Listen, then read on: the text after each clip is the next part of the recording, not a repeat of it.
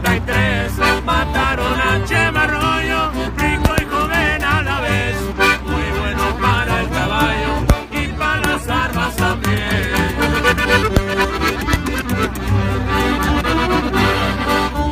Hubo baile allá en los leos, donde estaba su rival, hizo lo que hacemos todos, llegó y se puso a tomar, lo dicho y hecho y de modo, con él murió un caporal.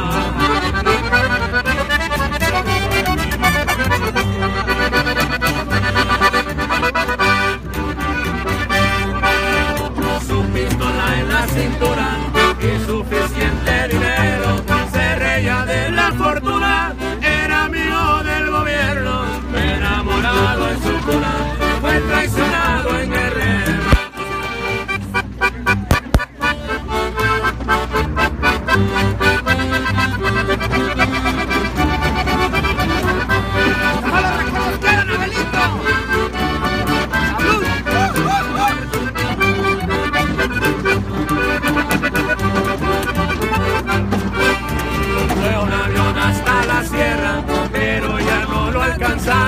Se lo bajaron por tierra en una barca cargando a sepultarlo a su tierra con dos músicas tocando.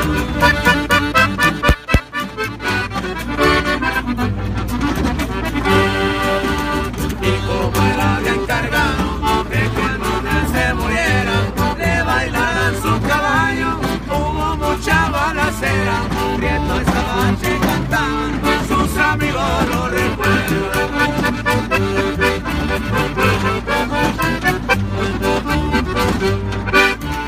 Recogieron su deseo gracias a sus papacitos, amistades con dinero y también sus hermanitos, una orquesta y los norteños tocándole el borrachito.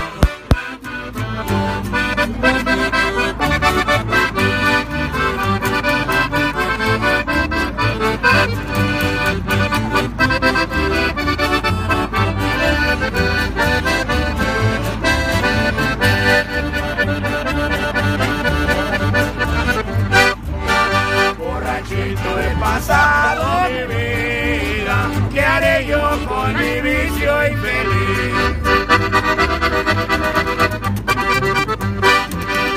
Borrachito he pasado mi vida, ¿qué haré yo con mi vicio infeliz?